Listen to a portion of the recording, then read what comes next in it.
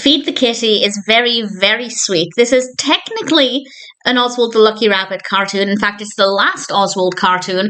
It was released in 1938, directed by Alex Lovy and written by Victor McLeod and James Miele. And we have a voice cast including Mel Blanc, Margaret McKay and Shirley Reed. However, Oswald is in it for about 4 seconds. He gives Elmer, the dog, a bowl of milk and then he leaves. And this cat, who has kittens, sees this bowl of milk and decides to go after it.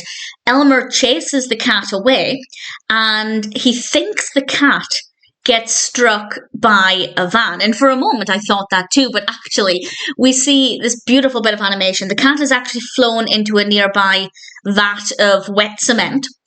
And the cat jumps out and is about to start chasing after Elmer, but the cement kind of hardens while it's mid-run, and that sounds awful, but the way it's animated is very fun.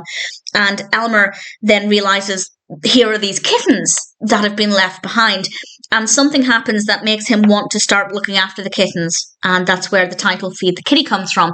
But they are very hyperactive, very boisterous, very mischievous, very curious, and they get into absolutely everything. And I'll say no more than that. To be honest, there isn't too much more to it. There are a couple of things that happen towards the end, but in general, there isn't a great amount of intricacy to the narrative. It is basically just Elmer feeds them and then they kind of go everywhere. But it is so cute. It is so adorable. It is very chaotic. The animation is so sweet. The kittens are very, very precious. I absolutely adore them. And Elmer as well. Elmer is a very likeable character. And I've seen Elmer in a couple of cartoons. I haven't seen him in too many. I'm not sure how many Oswalds he appears in, but I have many. I think I have almost 200 Oswald cartoons that I haven't seen, but some of them are actually not available. But the point is, Elmer could appear in a lot of cartoons. I'm not sure, but what I've seen him in, I've really enjoyed, and Feed the Kitty is no exception. It is sweet, it's a little emotional at times, it's beautifully animated. The sound effects of the kittens is the cutest thing ever. Really thoroughly enjoyed it.